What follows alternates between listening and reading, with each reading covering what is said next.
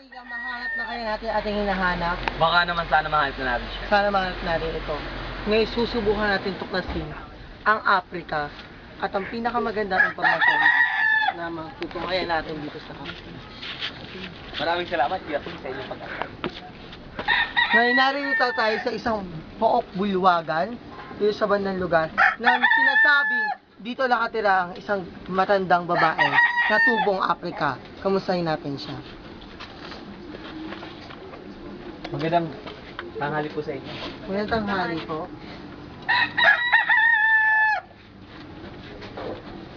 So, sa inyo pong paglagi sa Africa ng ilang taon, ano po ba ang inyong pananaw o gaano po ba kalawak ang lugar ng Africa?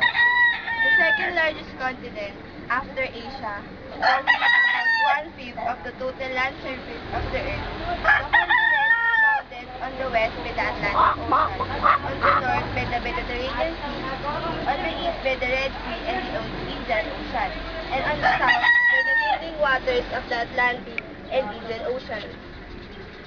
Africa's total land area is approximately 11,724,000 square miles, and the continent measures about 5,000 miles from north to south and about 4,600 miles from east to west.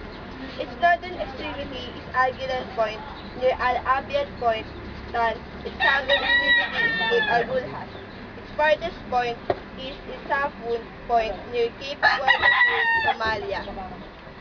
Ngayon, nalaman natin gaano kalawig ang Africa. Ngayon, susunod natin aalamin ano ba ang mga makukuha natin sa Africa.